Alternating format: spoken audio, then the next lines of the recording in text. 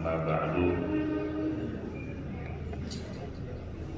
Inni tawakkaltu 'ala Allah Rabbi wa rabbikum ma min dabbatin illa huwa akhidhun bi nasiyatiha inna rabbi ala siratin mustaqim. Hadratul muhtaramin, para ulama, para kiai, para guru yang saya muliakan, khusus Asina Bila Haji Eman Sulaiman SEMM, Haji Topri Hasan, Ketua Pimpinan Cabang Dewan Masjid Indonesia Kecamatan Duren Sawit, Ketua DKM Masjid Al-Khairiyah, para sesepuh, para tokoh masyarakat, para aktivis RW dan LMK, juga para DKM Masjid yang hadir pada pagi hari ini, Bapak Ibu sekalian yang dimuliakan Allah. Pada suatu hari Nabi bertanya kepada sahabat yang bernama Sa'ad, "Kaifa asbahta ya Sa'ad?" Wahai Sa'ad, apa kabar pagi ini? Ini jugalah pertanyaan yang sering kita dapati manakala kita bertemu dengan seorang teman. Halo, apa kabar? Selamat pagi, bla bla bla. Ketika Nabi bertanya kepada Sa'ad, "Kaifa asbahta ya Sa'ad?" Wahai Sa'ad, apa kabarmu pagi ini? Sa'ad menjawab, "Asbahtu mu'min billah." Pagi ini saya dalam keadaan iman kepada Allah. Sekarang saya tanya Bapak Ibu sekalian, kaifa asbahtum? Alhamdulillah, asbahna mu'min billah. Apa kabar pagi ini kamu semua? Kabar saya dalam keadaan iman kepada Allah. Biasanya kita ditanya pagi-pagi begini, apa kabar? Baik, alhamdulillah. Udah ngopi belum? Belum. Nah, saat ini menampilkan iman. Kenapa dia menjawab pertanyaan Rasul itu? Yang dimunculkan pagi-pagi adalah nilai keimanan. Ya, teringat sabda baginda Rasul, "Badiru bil a'mali sholihah fasatakunu fitanun faqati'il lailil muslim yusbihu rajulu mu'minan wa yumsi kafiran wa yumsi mu'minan wa yusbihu kafiran yabi'u dinahu bi'aradin minad dunya." Segeralah kamu sekalian dengan amal soleh, karena akan datang satu zaman nanti laksana malam yang gelap gulita, akan datang fitnahan laksana malam yang gelap gulita, yusbihu rajulu mu'minan wa yumsi kafiran. Di waktu pagi mereka masih beriman, kemudian sorenya sudah berubah menjadi kafir. Wa yumsi mu'minan wa yusbihu kafiran. Ada juga orang yang sorenya masih beriman, lalu paginya berubah menjadi kafir. Yabi'u dinahu bi'aradin minad dunya, dia jual agamanya dengan dunia. Ada yang dijual dengan sembako, dijual dengan duit, dijual dengan harta, pangkat dan jabatan. Dunia ini kemudian menjadi fitnah. Bapak Ibu sekalian yang saya muliakan, oleh karena itu pagi ini alhamdulillah kita bersyukur kepada Allah masih dalam keadaan iman. Ingin mengajak pertama kepada jamaah sekalian, selain niat i'tikaf kita di masjid ini, yang kedua niatkan pagi ini kita mengaji.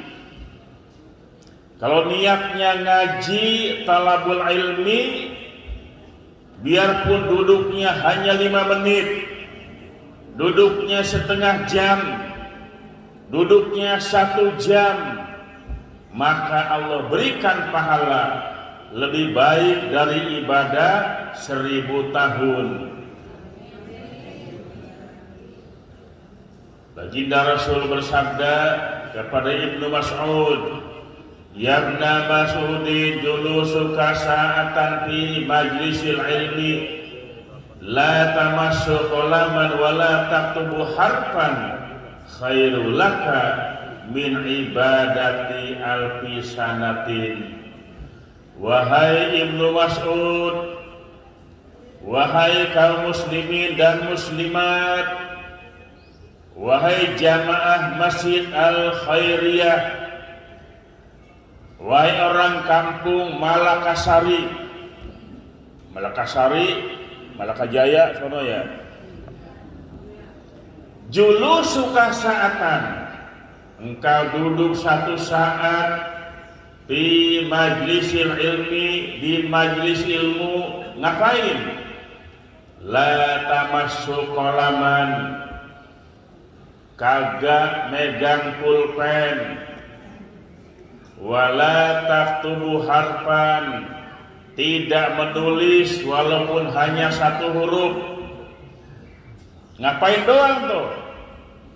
Pegang pulpen kagak, nulis kagak, duduk diem. Beri makan kue lagi, enak kan ya? Duduk diem, ambil ngopi, makan kue.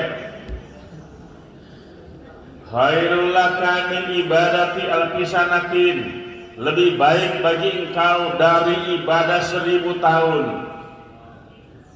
Orang duduk doang diem, dikasih nilai lebih baik daripada ibadah 1000 tahun. Umur kita nyampe gak 1000 tahun? Umur ummati baina sittin wa sab'in. Umur umatku itu antara 60 sampai 70 tahun. Siapa yang umurnya 60? Yang 70? Gak ngaku ini umur 70. Kalau udah 70 tahun, udah banyak bonusnya. Jadi kalau tiap hari dia ngaji, dapat pahala 1000 tahun, 1000 tahun, 1000 tahun, enak. Kita pengen mati di masjid, ya Bu ya. Kemarin Wali Kota Bandung meninggal dunia di masjid, ya Allah, nikmat. Kang Edet mau sholat Jumat, bahkan mau khotib, wafat di masjid. Ini yang kita cari. Tua-tua kita pengen mati di masjid, ya syukur matinya pulang ngaji, alhamdulillah. Mau Bu mati pulang ngaji? Mau, kapan? Ntar-ntaran lah ya. Bapak Ibu sekalian yang saya muliakan, ini kalau judul saya hari ini berat nih. Judulnya Ketangguhan Bangsa Masjid sebagai Perisai. Berarti ya, nenek-nenek kasih judul gini nih, jangan tuh pasti tidur. Biar aja singkat belakangan dah ya. Pengen ngomong yang gampang-gampang. Ibu sekalian yang saya muliakan, kita hitung nih, umur kita sebenarnya berapa sih? Umur kita yang sesungguhnya adalah 24 jam. Qila fil laili wan nahar arba'un. Qila fil laili wan nahar, dikatakan dalam sehari semalam, arba'un wa isruna sa'atan, ada 24 jam. Umur kita pun terhitung hanya sehari semalam 24 jam.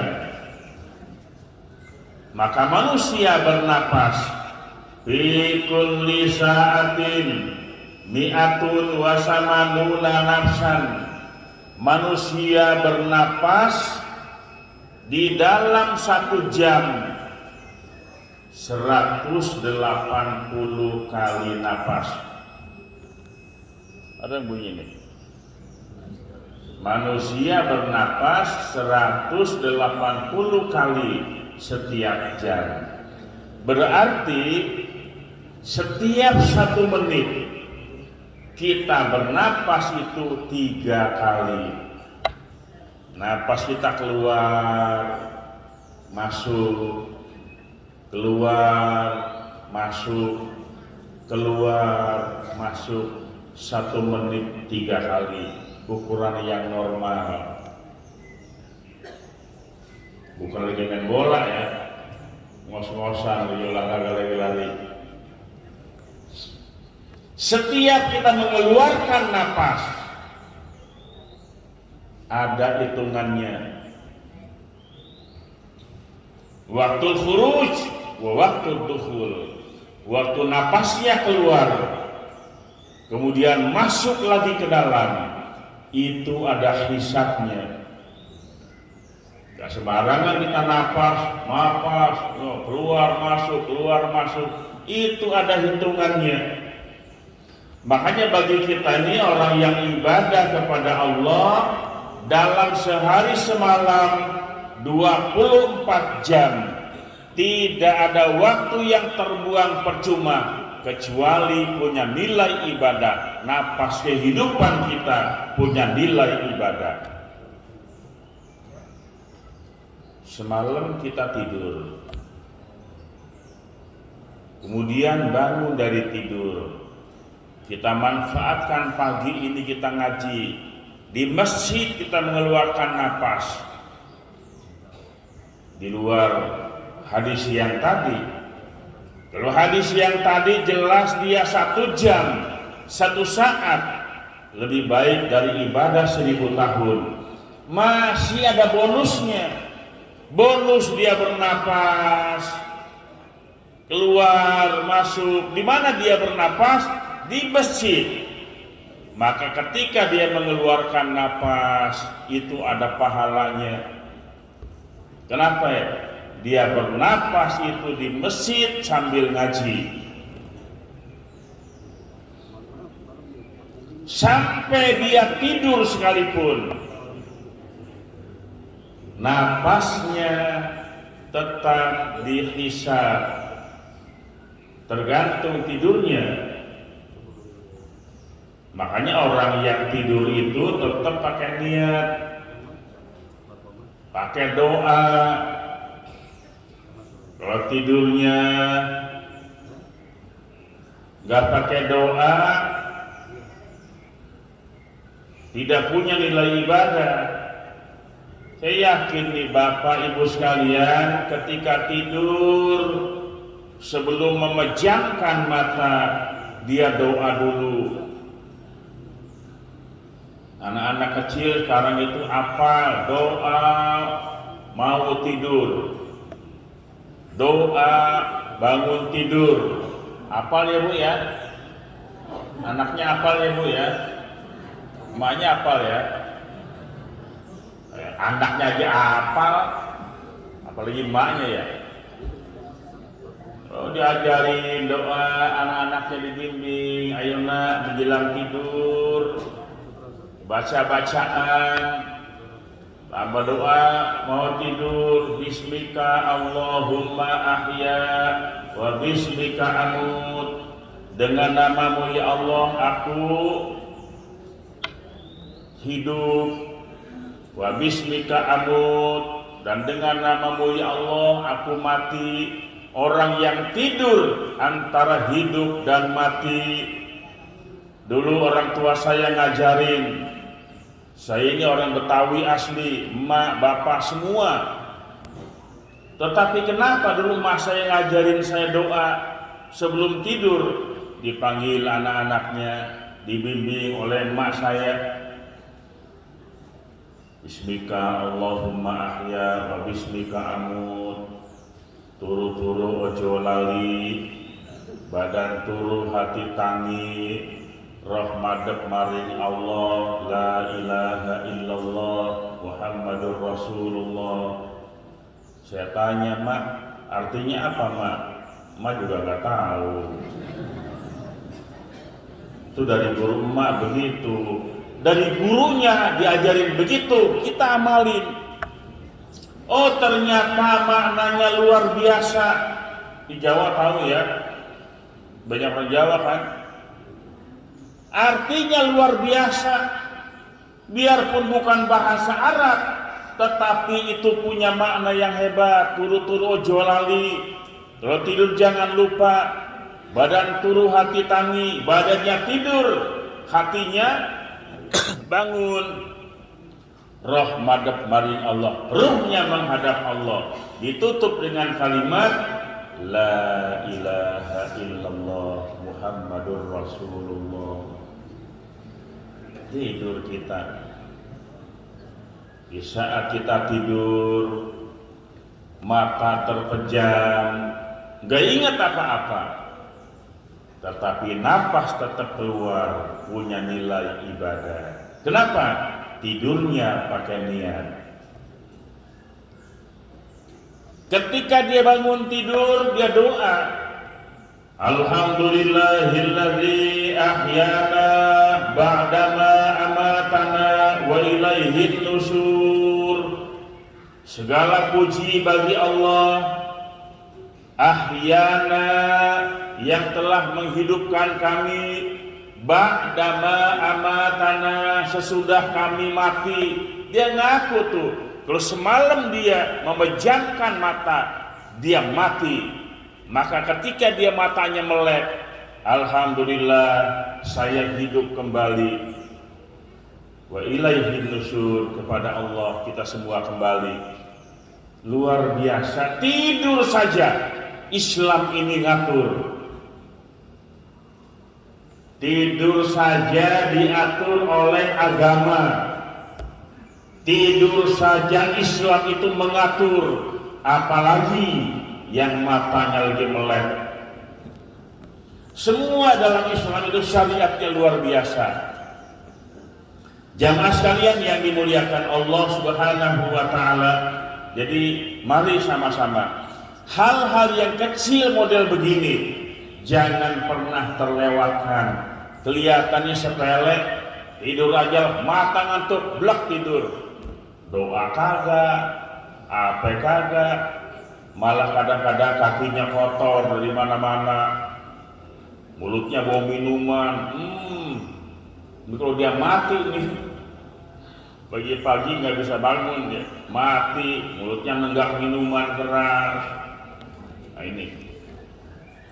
Jamaah sekalian yang dimuliakan Allah Subhanahu wa taala, Islam itu indah. Baik, saya akan masuk kepada tema ketangguhan bangsa, masjid sebagai perisai. Bangsa yang tangguh, bangsa yang kuat, Indonesia yang kuat. Tidak ada kata lain kecuali masjid sebagai perisai. Yuk kita jujur,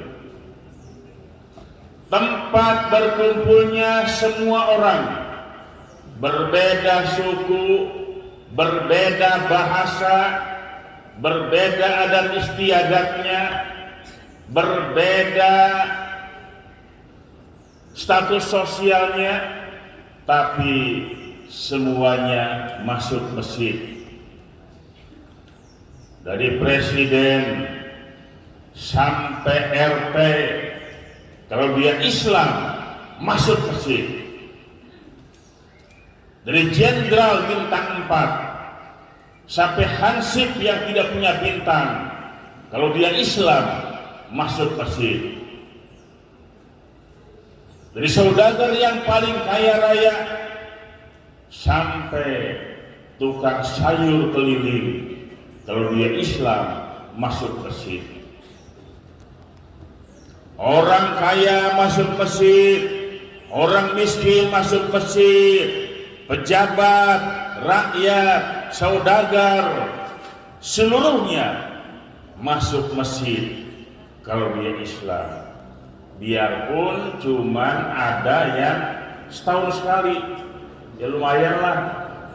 Toh, dia ini pejabat tinggi, saudagar, masuk masjid nggak? Masuk, setahun 2 kali, Idul Fitri, Idul Adha, ya lumayan lah, ya.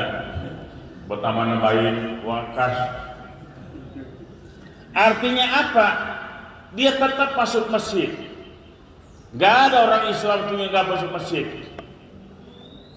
Ya syukur ikut sholat berjamaah. Syukur bisa seminggu sekali sholat Jumat bareng, tetapi yang pasti adalah masuk masjid. Nah, ketangguhan bangsa ini kita lihat dari di masjid. Yang hadir pada hari ini lengkap. Ada pejabatnya, ada anggota dewan. Ada anggota dewan di sini, dewan masjid.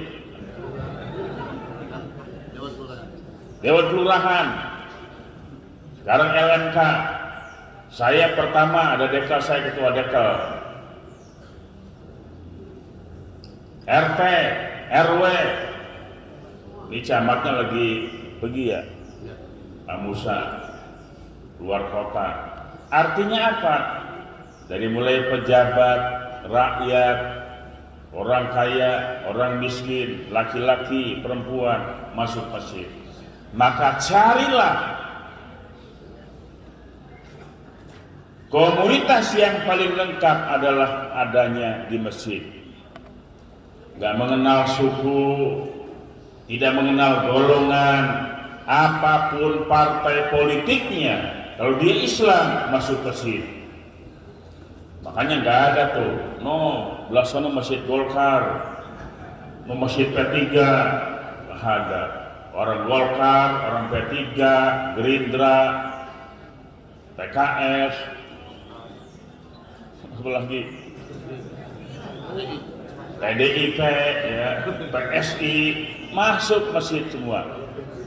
Sama di sini kita. Inilah sebuah ketangguhan bangsa manakala dia bisa berkumpul di masjid.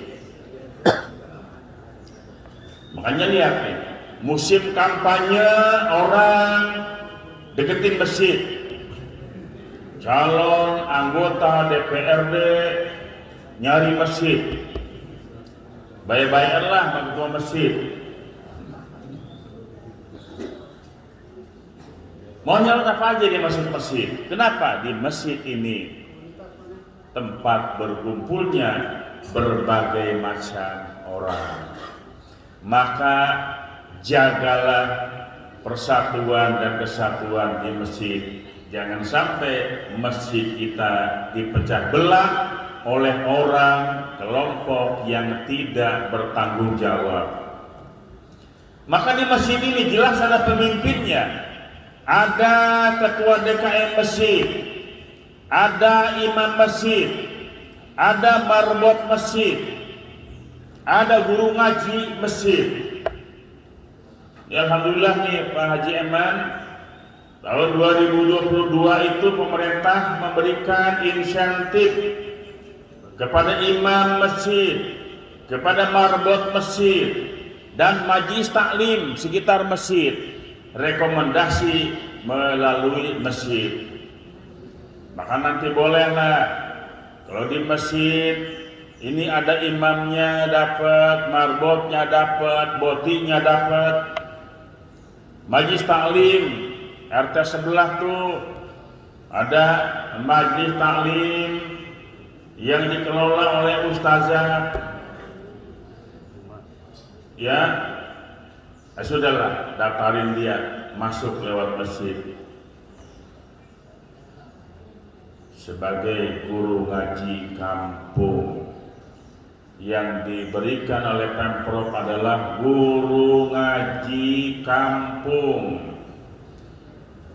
Guru ngaji kampung adalah penjaga gawang. Kalau tidak ada penjaga gawang, jebol kita. Bagaimanapun hebatnya MU, bagaimanapun hebatnya Persija yang menang 3-0 sama Makassar, kalau gak ada penjaga gawang, jebol kita. Ini Jackmania. Kalau gak ada Andri Tani, jebol. Jadi sehebat apapun penyerang, back, kalau penjaga gawangnya tidak ada, jebol kita. Nah, maka guru ngaji kampung adalah penjaga gawang. Jangan sampai kita kebobolan, dihajar oleh orang lain. Yuk, saya ingin mengajak kepada kita semua, kita akan menjadi bangsa yang tangguh, masjid yang kuat, manakala guru ngaji di masjid, guru ngaji di majelis taklim itu betul-betul bisa menjaga umat. Makanya dari dulu tuh kita hormat banget sama guru ngaji kampung yang istiqomah ngajar anak-anak kita belajar tentang sholat, belajar baca Quran, belajar ilmu tajwid. Oleh siapa? Oleh guru ngaji kampung. Ulama beken kita undang kemarin nih, yang kita jemput pakai mobil mewah, pulangnya dibekelin. Dia cuma ibarat kita sedang kekeringan, dia sirami dengan air hujan. Tetapi yang setiap hari di masjid, itulah yang ngajarin anak-anak kita. Ada pengajiannya kan nih? Ada anak-anak kecil. Ini kita jaga betul. Berapa kita bayar guru ngaji? Berapa kita bayar guru ngaji? Ana abdun man allamani walau harfan. Saya adalah budak kepada orang yang mengajarkan saya walaupun hanya satu huruf. Wa yanbaghi likulli harfin alfu dinarin. Maka seyogianya upah guru ngaji itu likulli harfin alfu dinarin. Untuk setiap satu huruf upahnya 1000 dinar. Sanggup nggak Bu? Bayar guru ngaji satu huruf 1000 dinar. Pertanyaan saya sekarang, ada nggak yang bisa jawab nih? 1 dinar berapa harganya? Kita tahunya dolar, US berapa? Hah? Berapa? 5.600. 3.600. Itu uang apa itu?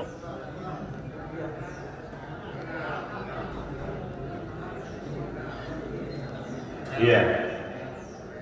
Masih belum tepat ya. Dinar, dirham, di mana bedanya? Iki kita duit jadinya nih. Dirham itu apa?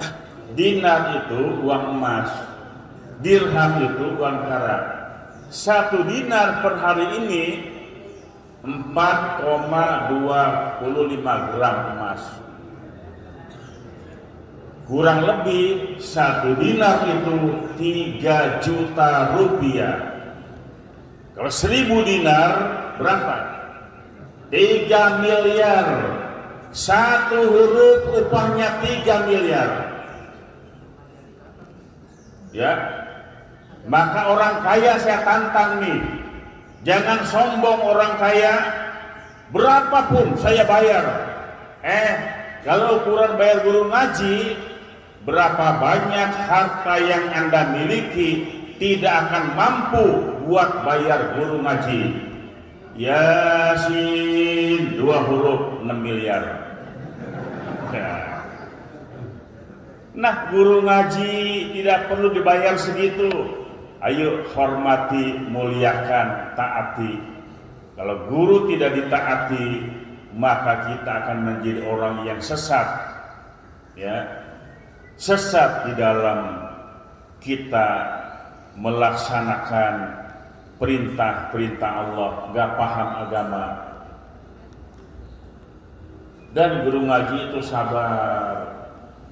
Coba Bapak Ibu sekalian, kalau anaknya sekolah umum 2 bulan nunggak, dipanggil orang tuanya, ya. Tapi kagak ngaji 2 bulan nunggak, Ustaz nggak pernah manggil. Paling-paling Ustaz mas sopan ya, Ustaz udah kepepet, dia tulis surat. Nah, tong dikasih babelu ya. Iya Ustaz. Pulang anaknya ke rumah. Mbak, ada surat dari Ustaz nih. Buka amplop. Oh, ternyata cuma 3 huruf. Ba jabar ba, ya jabar ya, ro jabar ro, ba ya ro. Aku sopan ya. Ya Allah, kata babanya, duit don punya, gajian belum dibalas oleh Ustadz, masukin amplop, tong besok kasih Ustadz ya. Iya Pak. Besoknya di pulang ngaji, Assalamualaikum Ustadz, ada amplop dari Bapak. Ustadz udah girang banget dapat amplop. Alhamdulillah, surat saya dibalas nih. Hari ini dapat amplop. Begitu amplopnya dibuka, ternyata surat balasan. Itu dibaca 3 huruf lagi. Sod jabar sod, ba jabar ba, ro jabar ro, sobaro. Suruh sabar. Ustaz begitu doang ya, nggak marah-marah ya. Nah, ini maksud saya adalah, yuk, penjaga gawang ini tolong diperhatikan. Dulu orang tua saya, kalau saya ngaji ini, bapak saya pegawai negeri, asal tanggal 1 gajian, sebelum sampai rumah, mampir dulu ke rumah guru ngaji. Wallahi saya demi Allah, Makmun, bapak lu tuh, bapak habis gajian, mampir ke guru ngaji, titip anak saya 3 orang. Berkahnya luar biasa. Ibu sekalian yang saya muliakan, makanya orang tua nitipin anaknya ke guru biar ilmunya berkah. Dan kebalikannya, anak selalu mendoakan kedua orang tuanya, birrul walidain, berbuat baik kepada kedua orang tua, itu kita utamakan. Yuk, pengen sukses dalam kehidupan kita, berbuat baik kepada kedua orang tua. Yang orang tuanya masih hidup, bisa langsung berbuat baik kepada kedua orang tuanya. yang orang tuanya sudah meninggal dunia, dia bisa berbuat baik kepada kedua orang tuanya lewat doa, kirimin Fatihah buat orang tuanya yang sudah meninggal dunia.